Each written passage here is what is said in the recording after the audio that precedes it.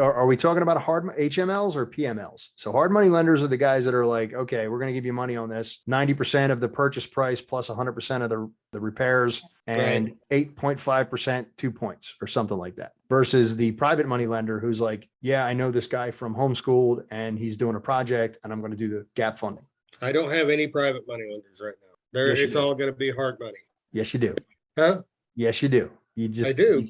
Yes, because we can talk about that. But here's the thing, Larry, you start putting deals on the table on the website, on Facebook, you start publishing that information on Instagram and on LinkedIn and YouTube. You talk about deals on here and I share this link and people are going to reach out to you being like, hey, listen, I've got, if you need money, let me know. One of my former students, Brett, was on the page today with one of his coworkers. And the coworker said to him something to the effect of, hey, you making cocky, right? You making any deals? And Brett goes, well, yeah, I made like one last month. I made one this month. They're both rental properties and good for him. He listened, right? He learned the curriculum. He learned the methodology. Essentially it was, how do people get involved with that? And he said, well, generally I pay my investors somewhere between 8 and 12% on their money for the period of time in simple interest that it takes me to borrow this property, refinance it, and give them their money back. And the guy said, well, why haven't you ever asked me? And Brett said, I'm asking you now. And the guy immediately turned around and said, I have 50 grand. He had $150,000 in his checking account earning 1%. Yeah, that sucks. And inflation is over 6 right now. And that's just the inflation rate. That's not the cost of goods. Yeah.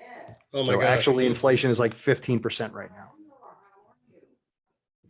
So you need at least 12% just to pretend like your money's doing anything.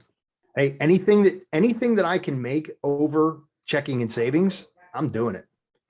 Cash value life insurance policies, put my house into a home equity line of credit instead of a primary mortgage, investing in real estate. I have a thrift savings plan from the military, which I'm getting ready to cash in to put into more real estate so that I can earn 32% or higher. It all depends on what you're willing and ready to do. So we did buy houses by the bundle, okay, which is a portfolio purchase, which I fully and wholeheartedly support. It's a little bit more difficult when you're buying a portfolio, it's a little bit more difficult to do the entire BRRRR process. It kind of breaks down into one at a time or 3 at a time or whatever you can basically get yourself to get to. I've purchased as many as, well, the last deal that I had was 48. And unfortunately the private money lender fell through. However, you can buy portfolios in the $3 to $5 million range like that. So that's a thing. If you're talking about buying 3, 4, 5, and you can flip all of those and use the BRRRR strategy, absolutely do it. Absolutely. And if you can lock up contractors to do that, do it over and over and over again, as many properties as you can, keep them busy, keep them happy, and they will work their butts off for you.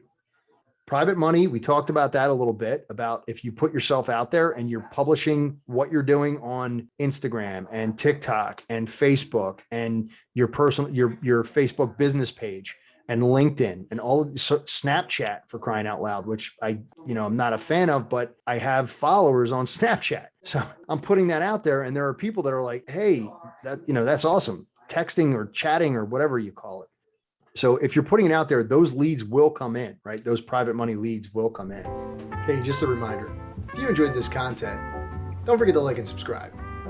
If you want some more real estate and finance related videos, you can check out our other videos right here. And as always, aim high.